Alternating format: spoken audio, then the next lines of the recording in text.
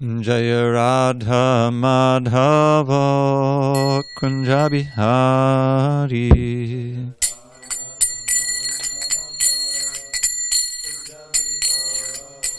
Jaya Radha Madhava Kunja Bihari.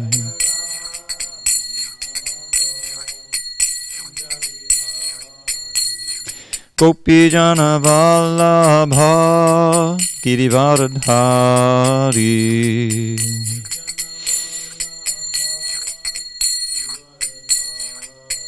Jaya Gopi Jana Vallabha Girivardhari.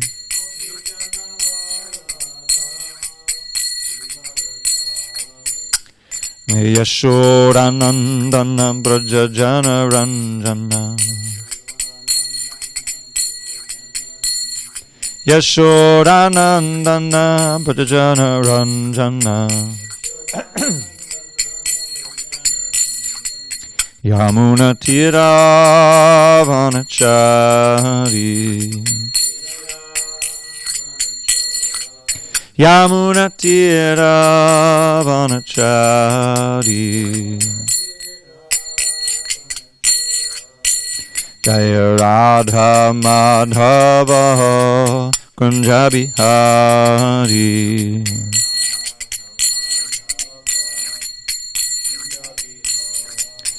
Jaya Radha Madhava Kunja Bihari.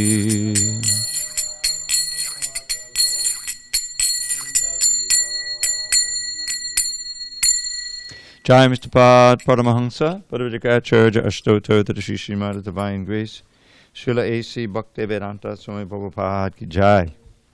ISKCON BBT founder Acharya Srila Prabhupada ki Jai.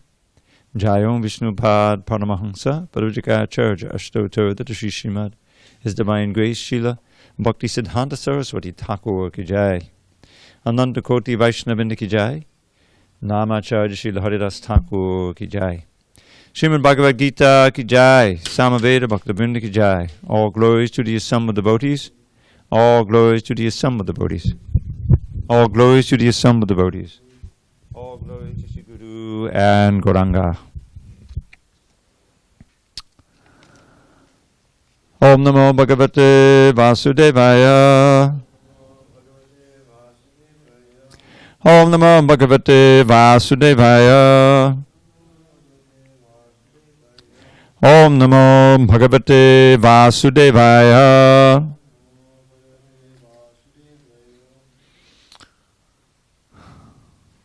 On the 7th day of July 2020 in SanDiego, a reading from Srimad Bhagavad Gita as it is, translation and commentary by His Divine Grace A.C. Bhaktivedanta Swami Prabhupada. And we are in chapter 16 entitled The Divine and the Demoniac Natures, text number 5, page 622. You got it there, Suresh? 622. No. Text 5, page 622. Maybe you have a different... No, yeah. You got it now? Okay. Daivi sampad vimokshaya nibandaya surimata ma shucha sampadam daivim Abhijato si Pandava Daivi Sampad Vimokshaya Nabandaya Surimata Mashucha Sampadam Daivim Abhijato si Pandava. Page 622.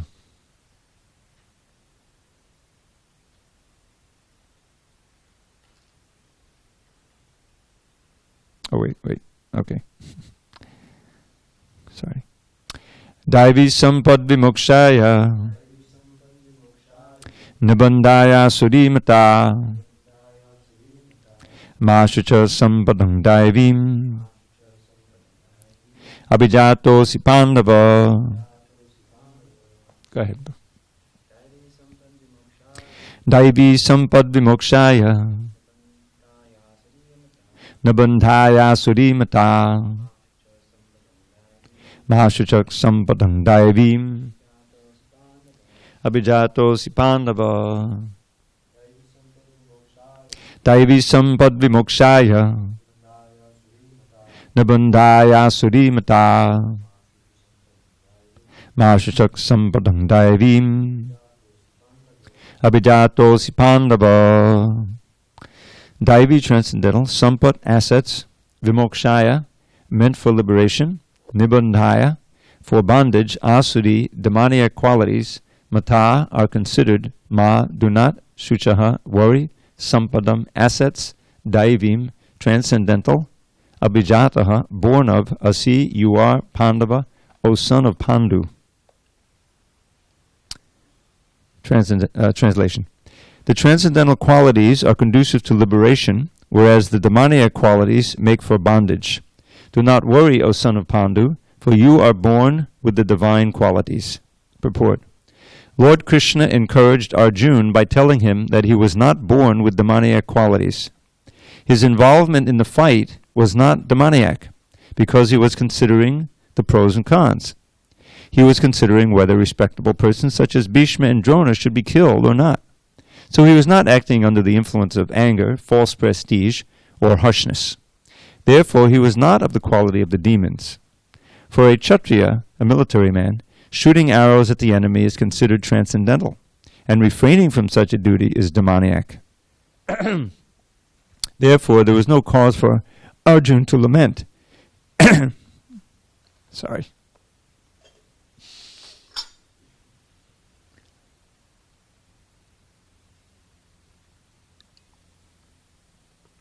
There's a science to putting the water in here. Do you know why? If you fill it up too high, then it'll spill all over you. Sometimes this is actually not the perfect cup for this. It should have a little lip. But about 2/3 is fine. Thank you. Okay. For a Kshatriya, a military man, shooting arrows at the enemy is considered transcendental, and refraining from such a duty is demoniac. Therefore, there was no cause for Arjuna to lament. Anyone who performs the regulative principles of the different orders of life is transcendentally situated. Om Jnana Timirandasya Jnanandana Shalakaya Chakshu Unmidatam Mena Tasmai Shri Gurave Namaha. I was born in the darkness of ignorance, but my spiritual master Srila Prabhupada opened my eyes with the torchlight of knowledge. I offer my humble obeisance unto him and all members of Sri Parampara. So, after giving us a little hint of what the demoniac qualities are in text 4, Dambo, Darpa, Vimanas, pride, arrogance, conceit, anger, harshness, and ignorance, Krishna assures Arjuna that he shouldn't worry, that he is born with the divine qualities, and which are conducive to liberation, whereas demoniac qualities make for bondage. Now, there's an interesting statement here that for a Kshatriya, shooting arrows at the enemy is considered transcendental. I think what Prabhupada is referring to is a verse in the Vishnu Purana, Varnashramacha Vata Purushena Parakpaman. Purushena Parakpaman. Forget the rest of it. But the meaning is that in the Varnashram system, Vishnu Varnashramachadavata Purushena Parakmana Vishnu Aradyate Panta Nanya Tattoshakaranam. Which means that in this particular verse it says that when one does his duties nicely in the Varnashram system, both the Varna and the Ashram, Purushena Parakmaman is considered transcendental. In this way he's worshipping Vishnu. Vishnu Aradyate, there's no other way, Nanya Tattoshakara, of satisfying him. Now this was the first answer that Lord Chaitanya gave to Ramananda Roy in his meeting, in the questions. Ramananda Roy was super advanced, very skilled in the intricacies of the relation of Krishna and the gopis and all these things. And so he was a governor of one of the states in South India, under the general rule of King Prataparuja. And Sarvabhauma Bhattacharya knew him very well. But until Sarvabhauma was converted to Gaudiya Vaishnavism, in this conversation with Lord Chaitanya, he didn't regard him so highly. But then he realized that he was very, very advanced, so he recommended that Lord Chaitanya go see him when he went on a South Indian tour. And he eventually visited him, and there's a whole chapter, chapter 8, the questions between Ramananda and Lord Chaitanya. Lord Chaitanya takes the role of the student, and he asks questions to Ramananda Roy. He was very hesitant to take that role of the guru, And therefore Lord Chaitanya says, Kipa Vripa Kiminata Shudra Keninoi, Ye Krishna Tattaveta, Se Guru Hoy. Very famous verse. Whether one is a sannyasi, or a Brahmin, or even a Shudra, it doesn't matter. If you know the science of bhakti, you can become a guru. So Ramananda Roy took on that role, and so Lord Chaitanya started, asking him, what is the, best way to achieve the goal? What is the goal of life, and how can you achieve it? This is the classic question. What is sadhya, and what is sadhana? Sadhya is the goal, sadhana is the practice. So we began with this verse, which is really depends on understanding the verse in the Bhagavatam that says, Atak pumbir duda shrestha varnashrama vibhagasa svanachidasya dharmasat sangsiddhi haritoshanam, that the perfection of varnashram is there for both the varnas and ashrams when everybody is working for the satisfaction of Hari or Krishna. Sangsiddhi haritoshanam, that's the perfection, haritoshanam, the satisfaction of it.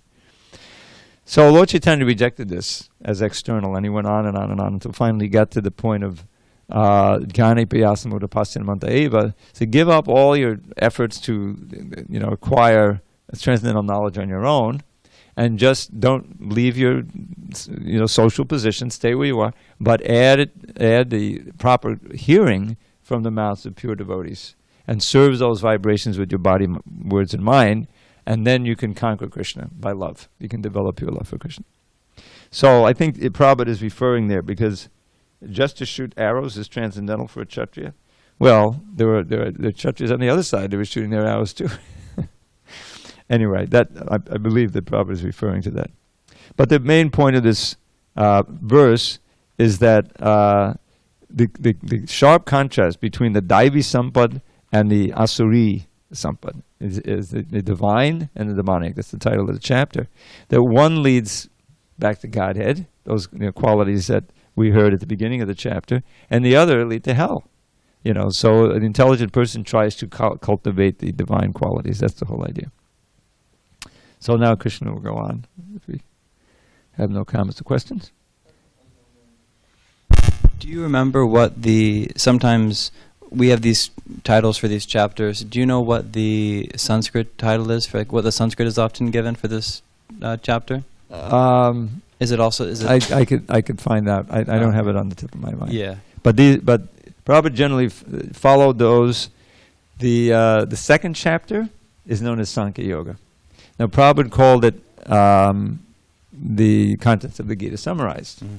And then he put Sankhya on the 6th chapter, mm-hmm. which is kind of a mystery, and eventually they made it into Dhyana Yoga. Mm-hmm. But each chapter is a yoga. Arjun confused Vishada. Yoga. Yeah. I forget what it is. Vishada. Yeah, Vishada Yoga. I have all those, what do they call, colophons, at the end of the chapter. Right, thus right. ends chapter 16, yes. which is called, So I could, if you want to get into that, it's good. Because when you chant a chapter, mm-hmm. which is really good, eventually when you get a whole bunch of Gita verses, you don't have to review them one by one, because it's good to know the context that they're in. And you just chant through a chapter, and a lot of these familiar verses come along, and so you get the whole sweep of it, and it's the context. It's really good. So I used to do that, and then you chant that at the end of each chapter. So I'll give you that file. Okay, text 6. Dval bhuta sargao lokesmin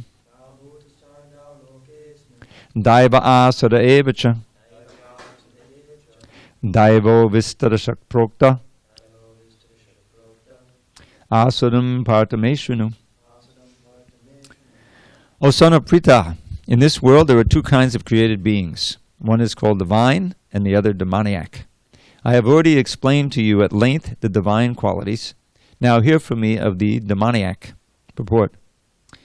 Lord Krishna, having assured Arjuna that he was born with the divine qualities, is now describing the demoniac way. The conditioned living entities are divided into two classes in this world. Those who are born with divine qualities follow a regulated life. That is to say, they abide by the injunctions in the scriptures and by the authorities. One should perform duties in the light of the authoritative scripture. This mentality is called divine.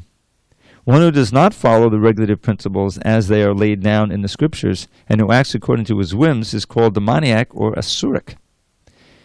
There is no other criterion but obedience to the regulative principles of scriptures. It is mentioned in Vedic literature that both the demigods and the demons are born of the Prajapati. The Prajapati is Brahma. The only difference is that one class obeys the Vedic injunctions and the other does not. Now this is an echo, or I guess it's not an echo since it comes before, but it's a kind of pointing forward to the end of the chapter. I think I mentioned to you there's 4 really essential verses in the end, and the second to last verse deals with this exact subject. Yak Shastra Vidim. The Shastra Vidi is in rules and regulations, and Shastra means scripture. So the rules and regulations is Shastra. That's what we're trying to find. And our whole process is called Vaidhi Bhakti. Means bhakti according to rules and regulations. Not so spontaneous. In other words, we have a sense of duty because, taken from above and we accept that. And we have to, sometimes perform austerity in order to follow certain things and give up other things. So that's Vaidhi Bhakti, and it matures into Raga Bhakti. In other words, the things that were austerity become delightful to you because they're not, you become purified. So in this verse, which was probably fairly often quoted, it's probably in the list there, Uttama Shloka. Yak Shastra Vidam Utsrija Vartate Kama Karataha Nasa Siddhim Avapnoti Nasukam Naparam Gatim. This one I don't think I'll forget. It says, one who discards or disregards the rules of the Shastra. And Shastra Vidam Utsrija means forget about it. And Vartate, and continues to act, because in our conditioned state, this is how we act. Kama karata, according to your whims, your material desires. Then what's the destination? Everything we always say, well, what's the result of that? Nasa siddhim avapnoti. They cannot attain any perfection. Nasukam, no happiness. No param gatim. And also cannot go to the final goal. So, and that's the second to last verse. In the last verse, therefore, there's a nice therefore verse. You always watch out for those. Tasmat chastram pamanam te karya bhavastito. Gyatva shastra badanoktam karma karta miharhasi. It says, therefore, as one's evidence about what to do and what not to do, which is after all what your life is made of. You're deciding to do one thing, and therefore you're not doing a whole bunch of other things. And in this way, you have a path that you're making. Therefore, in deciding, accepting as evidence what to do and what not to do, one should accept Shastra. And having understood what Shastra says about what to do or not to do, one should actually act in that way as a matter of duty and refrain from other acts all as a matter of duty. And that's really, how the demons can become divine. In other words, in human life, we're not locked in. If you are able to contact the right source of knowledge in the person, you can transform yourself. I was just reviewing some of my old editing on the Ishopanishad, because there's a whole editing thing going on. And Prabhupada quotes his verse, Kirata hunanda pulinda pulkisha abir shumba javanaka sharya yenye papa yadapashayashaya shudyandi tasmai pava vishnave namaha. This verse was very inspiring for Prabhupada to come to this land of the Kiratas, the Hunas, and the Pulindas. These are all outcasts, like the Kusas, the Mongolians and the Chinese, and the Hunas and the Huns. Those who are outside of India and kind of outside of the Vedic culture. And people who are unregulated, they're not at all referring to Shastra, at least not Vedic Shastra. So, Kirata, he names a whole bunch of them, I forget what they all are. Kirata, Hunanda, Pulinda, Abhira, Shimba, Javana, Kasharya, etc., others. And others, Yenye Chapapa Yadapashriyashya. And others who are sinful, they're born into sinful families, raised as demons, or, but if they take shelter of one who has taken shelter of Krishna, Ashriyashya, in other words, a pure devotee, Shuddhanti, they can become purified. And to that Vishnu, who is so powerful, I offer my obeisances. This is Shukadev before he's going to teaching Pariksit. There's a whole bunch of prayers, second canto. So that is very appropriate in relation to this chapter, because we're going to read these qualities, and as I mentioned, yep, that was me. When I first read it, I wasn't a devotee. I read this little paper penguin edition. But, the translations are basically the same.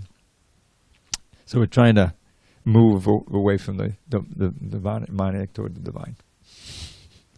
And we have the best means, chanting the holy name.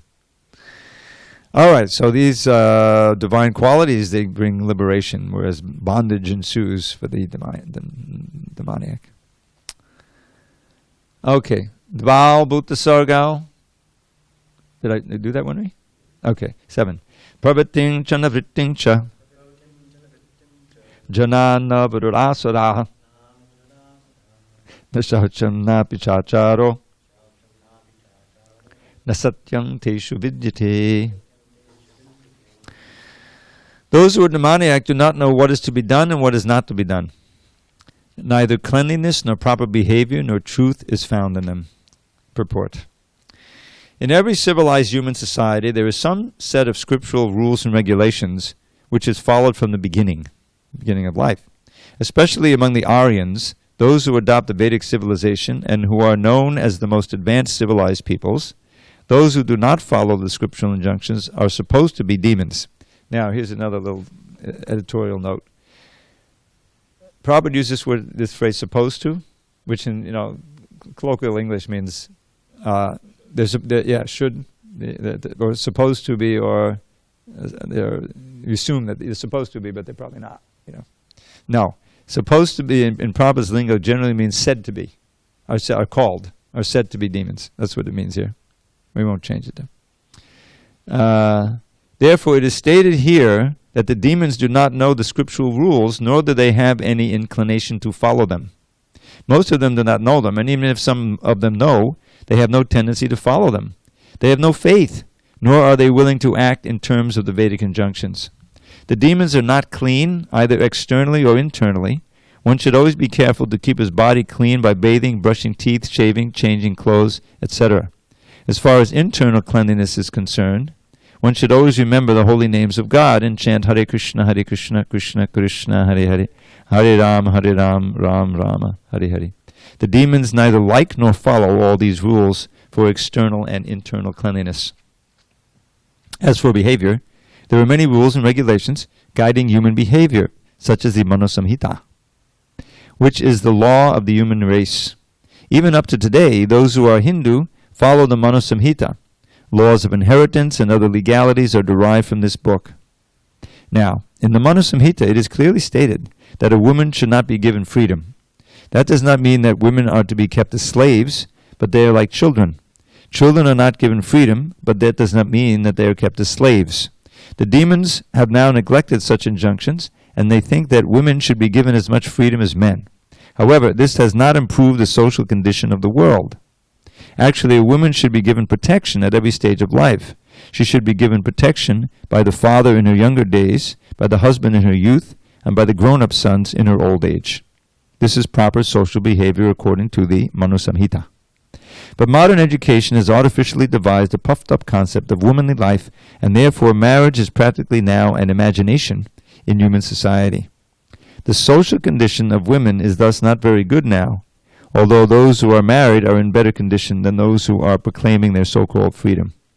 The demons, therefore, do not accept any instruction which is good for society, and because they do not follow the experience of great sages and the rules and regulations laid down by the sages, the social condition of the demoniac people is very miserable. And that's why there's no ladies in the audience. Anyway, this is one of the purports that require some explanation, and I'm not prepared to venture forth, but let's go from the beginning. There's a set of scriptural rules and regulation which is followed from the beginning. So in every civilized human society, so since most people may pay lip service to the Bible and this and that, but to really follow all the injunctions, is very rare. And so there really isn't much human civilization today. Even in India, unfortunately, is becoming more and more westernized. And so there's at least some strong vestiges of this, and Krishna conscious movement is pushing back and trying to maintain Vedic culture there. But generally speaking, in this Kali Yuga age, people have, they have faith in technology to some degree, but I think now things are so crazy that they're losing faith in everything, and the sense of where to go to find the truth, even on mundane matters, is being destroyed with all the lies flying here and there and everywhere, and everybody having their own ideas and their own little cults. So the only hope is to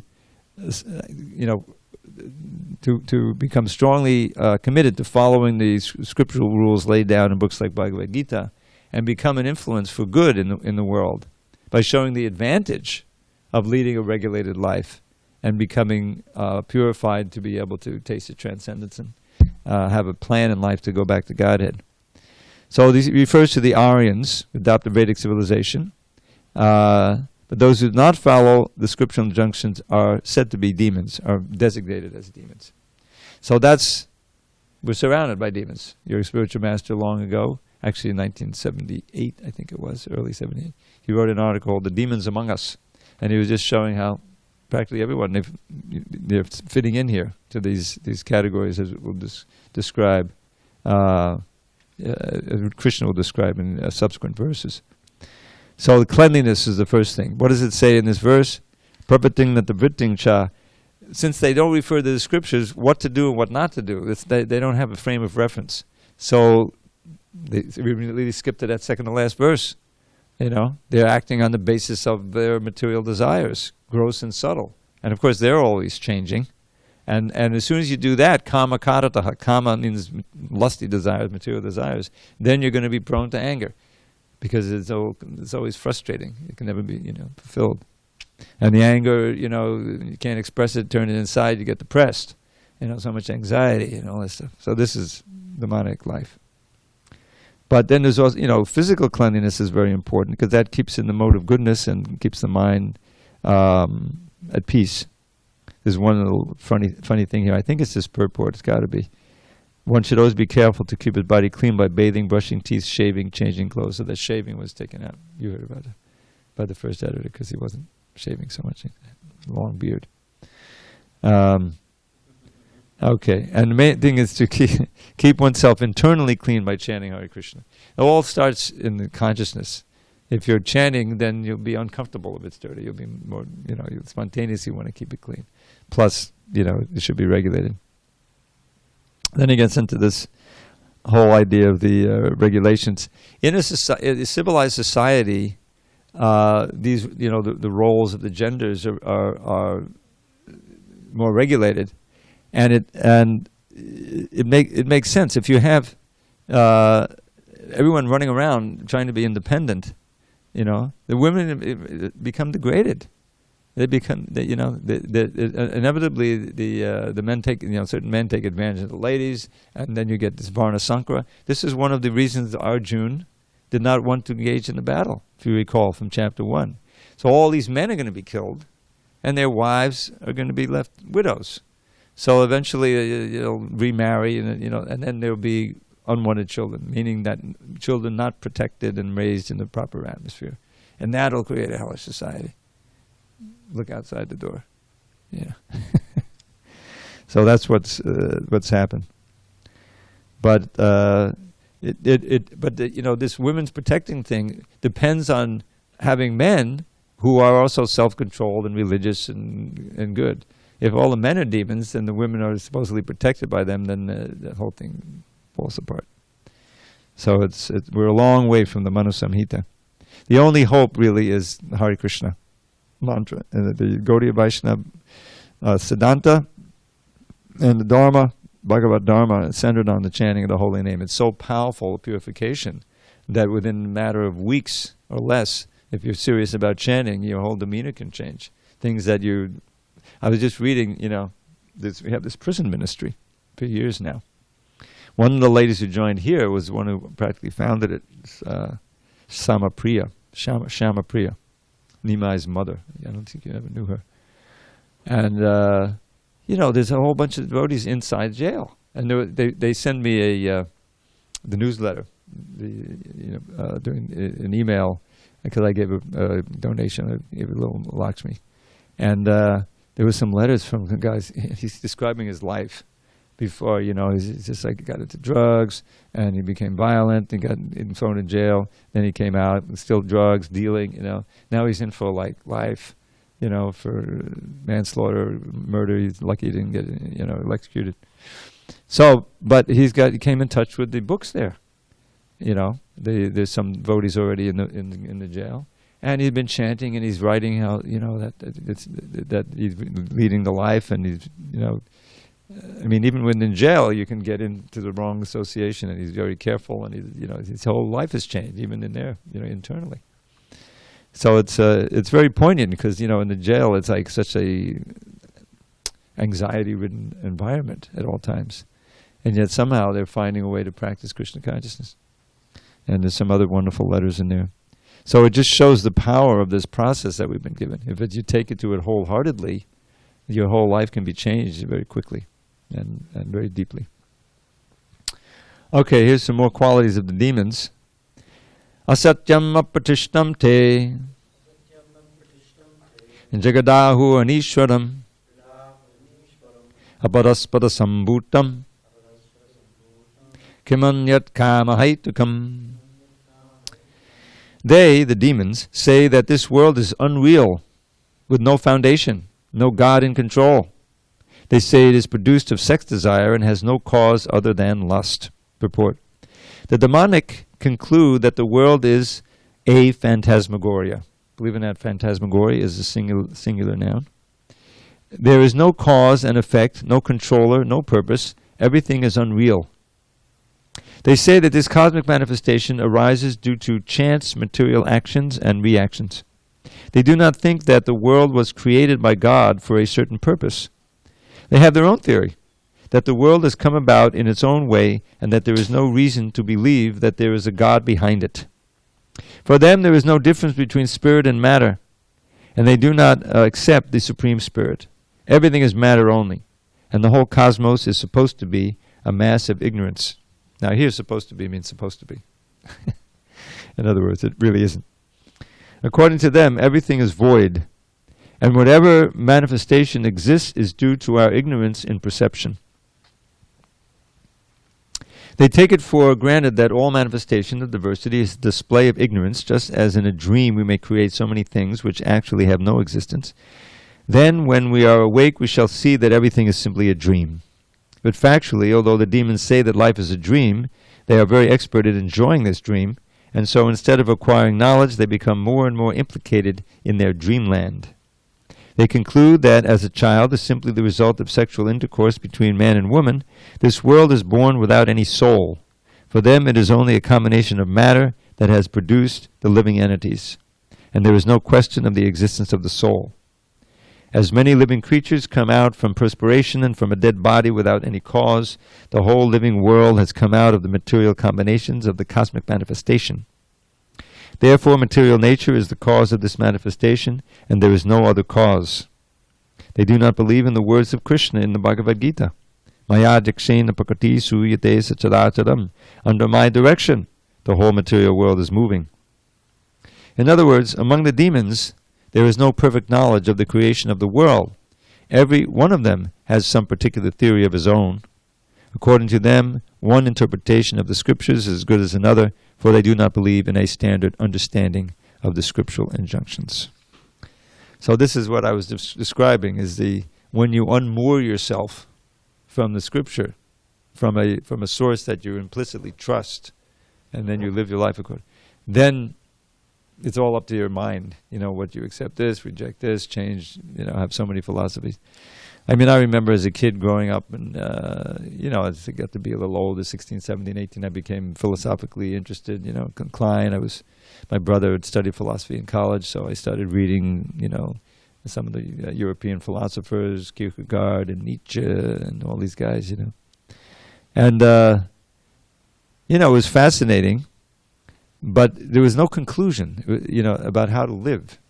You're looking for some kind of guidance to really ground your life in, And it wasn't there. You wasn't finding it. Even in the, the translations of the Bhagavad Gita, you would come away still unsure what to do and what to speak of, a society or a person who you can, surrender to or rely on, take knowledge. So it's very frustrating in such a society as we have today. And look around, with the advent of the internet, and everybody has a voice, It's so important. You realize you read these books. There's always the point where the guru or Krishna himself is speaking, and then people are listening with rapt attention. But when everybody has his own idea, it becomes cacophony, and they break up into little groups and little, cliques and cults and things like that. And that's what you have with modern day communication. And people go onto the internet and they look for that place where people agree with what they already believe. And so gradually you develop all these little, it's disaster. Without proper guidance, society is, like running around without a head, Or as Prahlad says, andaya dandaya rupinayamana, the blind leading the blind, And that's the society we live in. So Prabhupada came to give the truth as he had realized it, as he is, he was living it and experiencing directly. Remember way back at the beginning of 9th chapter, Rajabidja Rajaguyam Pavitram Vinamuttamam Pratyakshavagamam Dhamyam Susukam Gartamavyam. He's speaking about the most confidential knowledge, the king of knowledge. That's the chapter. So it's very confidential, because it has a transcendental meaning, invisible, beyond our senses source, is Krishna, And if you don't have access to that source, then you're relying on your imperfect senses and mind and your millions of conclusions and warring philosophies. So, pavitram idamutam, very purifying, supremely purifying.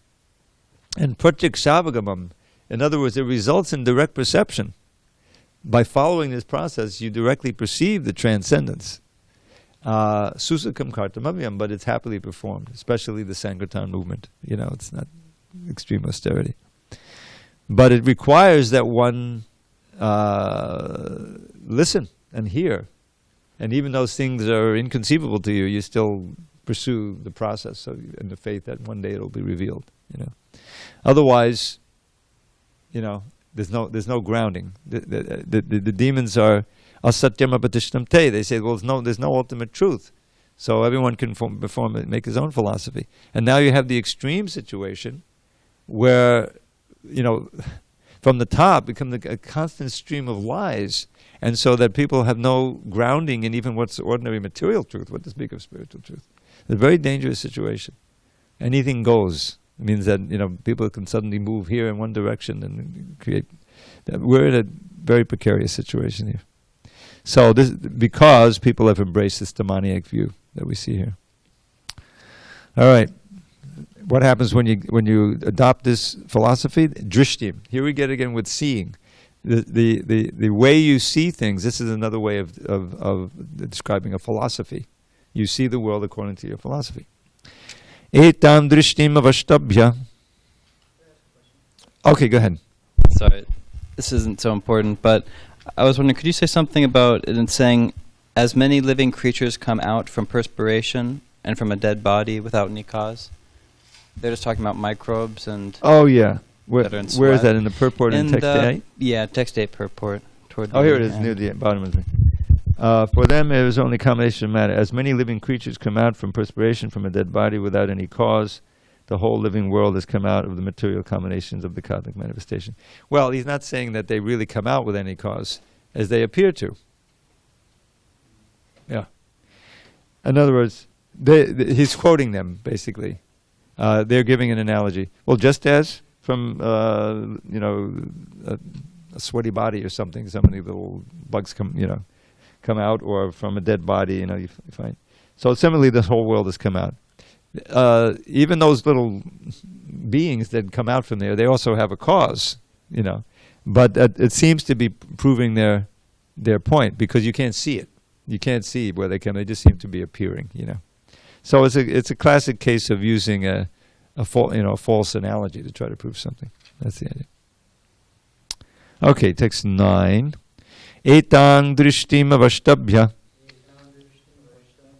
nashtatmanolpabuddhayaha prabhavantugrakarmana chayaya jagatohitaha. Following such conclusions, the demoniac, who are lost to themselves and who have no intelligence, engage in unbeneficial, horrible works meant to destroy the world. Purport. The demoniac are engaged in activities that will lead the world to destruction. The Lord states here that they are less intelligent. The materialists, who have no concept of God, think that they are advancing. But according to the Bhagavad Gita, they are unintelligent and devoid of all sense. They try to enjoy this material world to the utmost limit, and therefore always engage in inventing something for sense gratification. Such materialistic inventions are considered to be advancement of human civilization. But the result is that people grow more and more violent and more cruel to animals and cruel to other human beings. They have no idea how to behave toward one another. Animal killing is very prominent amongst the demoniac people. Such people are considered the enemies of the world, because ultimately they will invent or create something which will bring destruction to all. Indirectly, this verse anticipates the invention of nuclear weapons, of which the whole world is today very proud. At any moment, war may take place, and these atomic weapons may create havoc. Such things are created solely for the destruction of the world, and this is indicated here. Due to godlessness, such weapons are invented in human society. They are not meant for the peace and prosperity of the world. So, as I like to point out, I'm absolutely convinced of Krishna's intervention in how the world has not already blown up by the nuclear weapons. I mean, I grew up right after World War II in the 50s and 60s, you know. And from the time that I could understand any words, I knew that, wow, this atomic bomb is hanging over our heads. And then we heard, now they got a new one. They got a hydrogen bomb, which is 1,000 times worse, you know. Oh my God! And there were so many movies about it. You've probably heard, what was it? That famous one, Dr. Strangelove, I think, and others. 7 Days in May. And then, not a movie, but a real thing happened, the Cuban Missile Crisis. You probably read about it in the history book. They still study history? But what they didn't tell you, I don't think you were here when I told this, about how close we actually came. I mean, we came close, but really close. And what, I don't know if you ever heard about this, but, God, I remember those days. I was 14 years old, you know. And I was watching the TV, all black and white, you know. President Kennedy comes up, you know. Okay, we've quarantined Cuba. They didn't call it a blockade, because a blockade is an act of war. So you can't call it a blockade, call it a quarantine, you know. But it was a blockade, you know, and the Russians were steaming their boats, you know, supposedly with more missiles toward it, you know. So it takes a while to get across the Atlantic, so everyone's watching their TV, you know, getting nervous what's going to happen, you know. So, of course, they flinched, you know, the Russians stopped. They didn't try to break through the blockade. But, along with their surface ships, they had some submarines with them. And at least one of those submarines had some nuclear-tipped torpedoes. Great, you know. So, we knew about the submarines. We could tell by the, whatever they call the radar, the underwater radar. So we called, you know, this was another problem. The communication wasn't that great. Somehow we got through to Moscow, and we told them, okay, we know about the submarines. Now we're going to drop non-lethal depth charges to make them surface, you know. Fine. But how are the Russians going to tell their guys in the submarines? They didn't have proper communication. So we thought they knew about it. So when we dropped these depth charges, and there was an admiral who was in charge of the whole fleet, and he happened to be on one of the submarines with those nuclear-tipped torpedoes. So the depth charges started coming, and the guys in the, you know, there was two commanders. This thing where you both have to have the key, you know, so if one crazy guy can't start World War III. So they had two crazy guys. And yeah, we should send her because obviously the war started. They're throwing the depth charges, and said, well, I don't know. It doesn't sound right. So he overrode them. In other words, he stopped them from starting World War III by shooting that. If they had sunk one of our aircraft carriers, it would have been all over, which it would have done. It would have blown it out of the war. So instead they surfaced, and sure enough, World War III is not going on, That's how close we came. If he had been on another ship or if he had agreed, you would have never been born. And I would have died at age 14. I know there's about 40 or 50 incidents like that. Krishna's intervention, Then, 3 years later, Prabhupada comes to America. So, but nuclear war or no nuclear war, just the civilization, emanating all of these greenhouse gases and the carbon dioxide is destroying the atmosphere. It's heating up much quicker than they had thought. I hate to say it, but you may not see old age. It's no picnic anyway, so don't worry about it. But the thing is, somehow it's all because of the demonic, viewpoint here, just to try to exploit the world and the hell with everyone else and future their own grandchildren. Who cares? We're going to we can keep mining the coal and pumping the oil and pumping all of these gases into the atmosphere, and the heck with the future. That's totally demonic. The more that it comes down to your own personal sense gratification and the heck with everyone else, that's the more and more demonic. And more mode of ignorance is animalistic. Maybe so much technology behind it, so much expertise, but the actual nature is demoniac. And exactly this, ugra karmana chaya jagato ahita, unbeneficial for the world. So this demonic mentality is very prominent today. And so many things. There's, of course, there's a saner section in trying to stop it, but without a real revolution in the consciousness, right? The beginning of Bhagavatam is meant to be Bhagavasargo Janataga Viplavo. Viplavo means a revolution in the misdirected civilization. It has to start with consciousness, and they have to get away from these demoniac qualities. All right, one more. Kamamashritya dushpuram. Here's that word damba again. I told you it would come up. Dambama namadanditaha. Mohad guhit vasad grahan. Pavartante ashuchivrataha. Taking shelter of insatiable lust and absorbed in the conceit of pride and false prestige, the demoniac, thus illusioned, are always sworn to unclean work, attracted by the impermanent. Purport. The demoniac mentality is described here. The demons have no satiation for their lust. They will go on increasing and increasing their insatiable desires for material enjoyment. Although they are always full of anxieties on account of accepting non-permanent things, they still continue to engage in such activities out of illusion. They have no knowledge and cannot tell that they are heading the wrong way. Accepting non-permanent things, such demoniac people create their own God, create their own hymns, and chant accordingly. The result is that they become more and more attracted to two things, sex enjoyment and accumulation of material wealth. The word ashuchi vrata, unclean vows, is very significant in this connection. Such demoniac people are only attracted by wine, women, gambling, and meat eating. Those are their asuchi, unclean habits. Induced by pride and false prestige, they create some principles of religion which are not approved by the Vedic injunctions.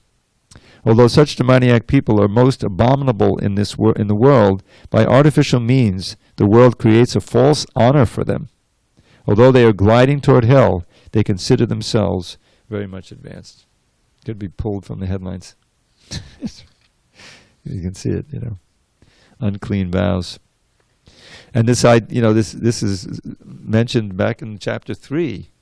The road to ruin is kama. What is it? Kama, esha, krodha, esha, rajoguna, samudvaha, born of the mode of passion.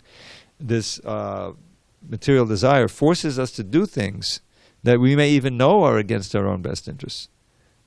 That's what's going on. People, most intelligent people realize, we can't go on like this. This is, we're destroying the planet. And yet nobody knows what to do. They're in the grip, the people who control all the wealth and the power, they're just going on and on. So we're surrounded by this demonic principle. Again, you have damba, mana. Damba is, hypocrisy and deceit, pride, false pride. So this is the world we live in.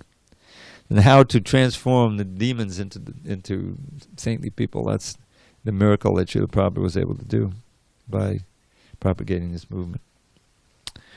All right, how about a couple of nice little sweet verses as an antidote? Oh, God.